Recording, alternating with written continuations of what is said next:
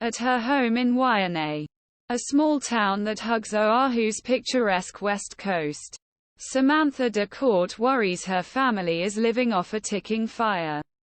"We're in one of driest spots on island," she said. An area filled with same type of dry vegetation that helped uncontrollable fire on Maui turn into a fierce beast that destroyed Lahaina. "It doesn't blow much wind," said DeCourt, 43, mother of 3. "But when there's wind, the wind can rise with a flick of finger. Just like in Lahaina. But still, she was unaware of a county or state evacuation plan for her community and hadn't heard of a rescue plan for residents should the worst happen. This is definitely worrying because we've never seen anything like this before."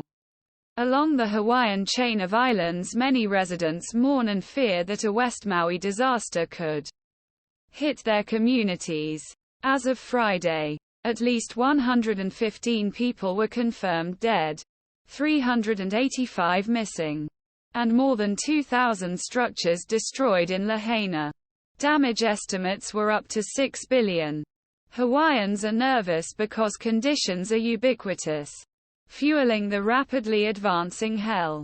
The islands grapple with sprawling fallow fields. This is a legacy plantation era that lasted for decades until sudden closure of many farms and ranches at end last century. The tens of thousands of acres that once grew sugarcane pineapples are covered with invasive vegetation such as fountain and guinea grass, which can easily catch fire, burn for weeks.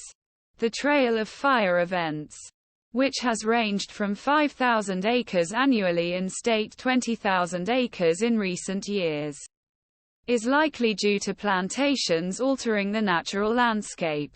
According University of Hawaii wildland fire expert Clay Trauernicht, quoted by Associated Press, Native Hawaiians fighting to reclaim captured land after white businessmen plotted to overthrow Queen Liliuokalani also live in areas plagued by vegetation that fueled uncontrollable fires. Just south of DeCourt's home are two of the state's largest ranches, and the lands are given to residents with at least 50% Hawaiian blood.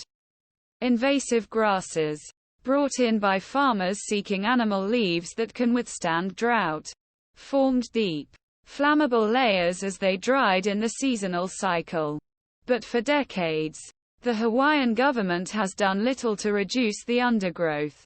Hawaii Governor Josh Green pointed out the risks posed by invasive vegetation in a statement to state lawmakers 8 months before the West Maui fires. But in a passage that now worries many Hawaiians, memo states that Department of Land Natural Resources has minimal resources to carry out its mission of fire protection on vast land it manages. Despite current and increasing risks to public health safety, Hawaii's largest fire was caused by power tools workers used to build fences around pastures on the Big Island. Residents said they rely on neighbors, private workers and others to provide equipment such as bulldozers to help firefighters fight the fire. The Hawaii Emergency Management